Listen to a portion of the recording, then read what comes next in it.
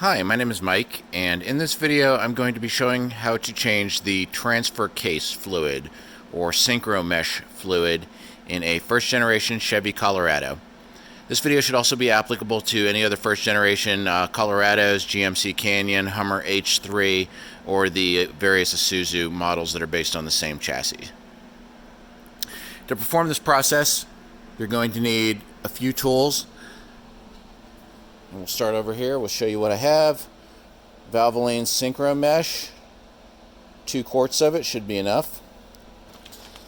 A fluid pump. I have a few other pumps, but I want to make sure that I don't mix this Synchro Mesh with any other fluid.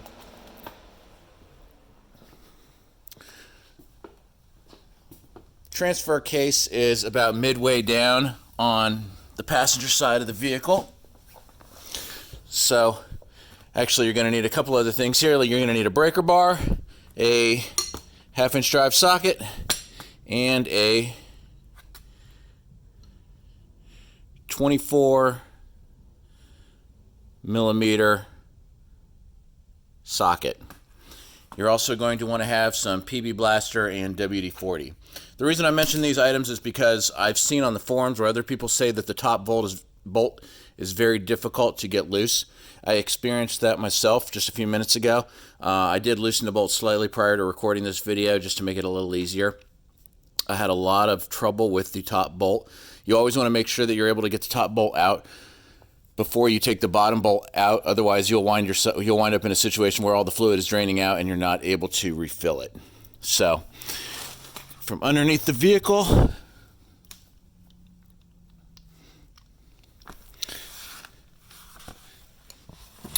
you can see the transfer case drain plug here and the fill plug up here at the top.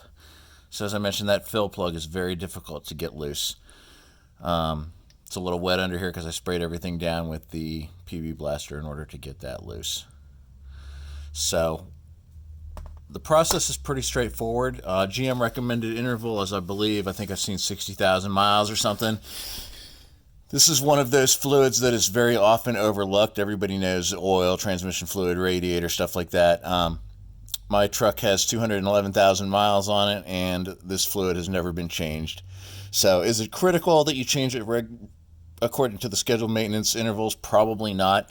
However, you should probably do it before 211,000 miles. So let me get out here to my socket wrench.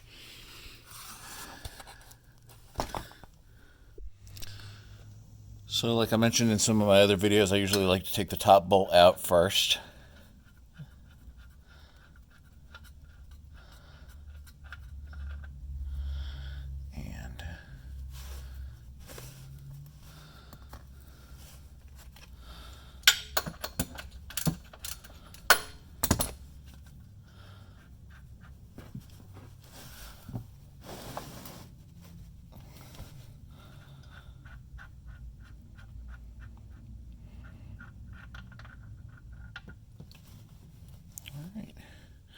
You can see it draining out. I'll go ahead and pause the video while this fluid is draining out.